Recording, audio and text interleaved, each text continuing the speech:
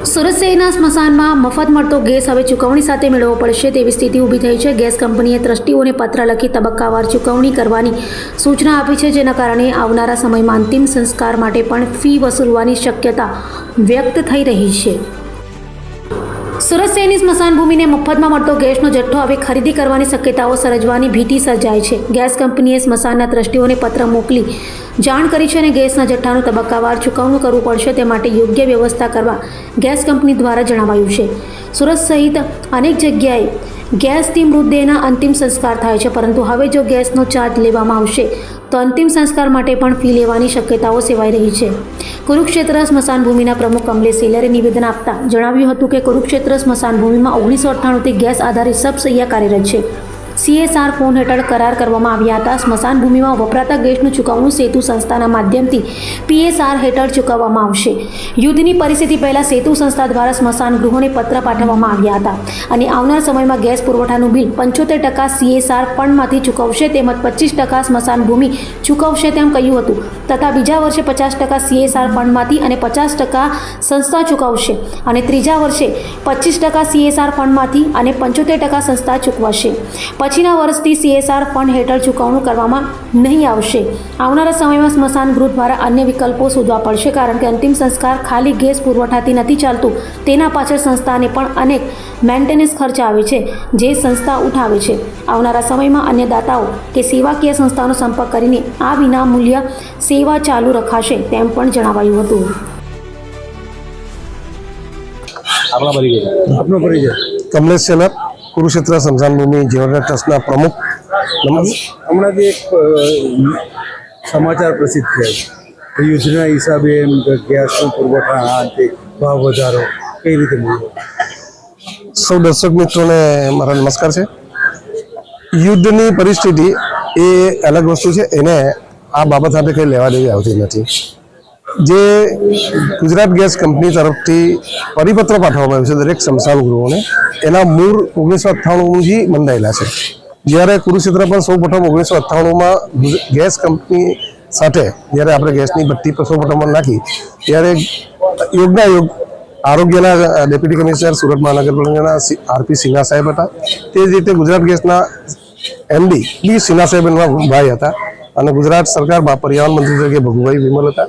તો એમના સંયુક્ત એક કોલેબોરેશનથી એક સેતુ નામની જે long form social economic forum transformation and forum છે કંપની જે ગાંધીનગરથી રન થાય છે।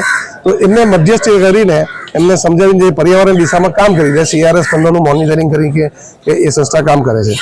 તો એમની પાસેથી ગુજરાત ગેસને એવું કરાર કરવામાં આવ્યા કે જે કંઈક સુરતની સ્મશાન ગૃહો છે એ જો અગ્નિ સંસ્કારના એમાં હેતુસર આ ગેસ વાપરશે તેનું તમામ બિલ અમે આ સેતુ સંસ્થા દ્વારા ચૂકવશું। એનો મતલબ એ થયો કે આજ દિન સુધી ગુજરાત ગેસ કંપનીએ બી બધા પાસેથી બિલ લીધું જ છે, ₹0 એને ગેસ પુરવઠો આપ્યો જ નથી, જે આજે બી આપે છે। પણ એ સંસ્થા જે ચૂકવે છે એ સંસ્થાની કદાચ નાજુક પરિસ્થિતિ હોઈ શકે, કંઈ બીજા કંઈ કારણો હશે। તો એમણે બહુ શરૂઆતના વર્ષોથી એક પત્ર લખીને સંસ્થાને તાકીદ કરી છે કે ભાઈ હવે હું 100% પૈસા CRS ફંડથી મોનિટરિંગથી હું લાવી શકતો નથી તો આપી શકીશ નહીં। ક્રમશ આવનારા વર્ષથી એટલે 2026-27થી એ પૈસાનો ક્રમશ ઘટાડો કરશે। પહેલે વર્ષે એ લોકો કુરુક્ષેત્ર સ્મશાન ભૂમિ જેવા ટ્રસ્ટો છે તે 25% કારવા થશે, 75% એ લોકો બિલને આપશે। નેક્સ્ટ યર 50% એ સંસ્થા આપશે અને 50% સ્મશાનોએ ભોગવવાના હશે અને એના પછીના વર્ષે 25% સેતુ આપશે અને 75% સંસ્થાએ ભોગવવાનું રહેશે।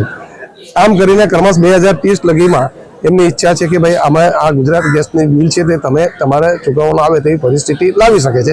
એટલે હાલનો આ કોઈ ઇસ્યુ નથી। બીજું, ફક્ત ગુજરાત ગેસ કંપનીનો વિનામૂલ્ય ગેસ મળે છે એનાથી આપણે અગ્નિ સંસ્કાર ફ્રી નથી કરતા। પર્યાવરણની દિશામાં સંસ્થાઓ બી એ રીતે ચિંતિત છે। લાકડાનો વપરાશ કેમ કરીને ઓછો થાય એના માટે સામાજિક સંબંધો બી ઉપયોગ કરી રહેલા છે, એને મોટિવેટ કરી રહ્યા છે। તો એના ભાગરૂપે એક અગ્નિ સંસ્કાર પર કુરુક્ષેત્ર સ્મશાન ભૂમિ બી વાત કરું તો લગભગ ગેસનું બિલ આવતું હશે કદાચ ₹1500। તો 1500થી વધુ રૂપિયા મેન્ટેનન્સ છે, જેમ કે એનું બ્રિક્સ છે કે દર 3 વર્ષે એની રિપ્લેસમેન્ટ કરવાની હોય, એક ₹60 એક બ્રિક્સ આવતી હોય છે, 3-4 હજાર બ્રિક્સ વપરાતી હોય છે। લોખંડનો જે બેડ અંદર વાપરતો કે 400-500 ડિગ્રી પર આ સબસૈયાઓ કામ કરતી હોય છે, એટલે સ્વાભાવિક એનું મેન્ટેનન્સ ખૂબ જટિલ અને સમયસર માંગી લેતું હોય છે। તો એનો ખર્ચો બી પર બોડી પર ₹1000-1500 આવે છે। તો એ ખર્ચો અને આ ખર્ચો મળે તો ખૂબ મોટો ચાર્જ થયો છે. પણ આજ લગી કોઈ સ્મશાન ભૂમિએ આ ચાર્જ કર્યો નથી અને ભવિષ્યમાં મને લાગે છે કે મારે જે પ્રમાણે બીજા ટ્રસ્ટો સાથે વાત થઈ રહેલી છે કે જે રીતે આ 1500 રૂપિયા માટે બી આપણે પર બોડી પર જે સંસ્થાને ભારણ પહોંચે તો આપણા શહેરના જ દાતાઓ સુરત મહાનગરપાલિકાએ બી આપણે 50% લાઇટ બિલ એના વહીવટી ચાર્જીસ વગેરેમાં આપણે મેન્ટેનન્સ માટેનો મદદ કરે છે.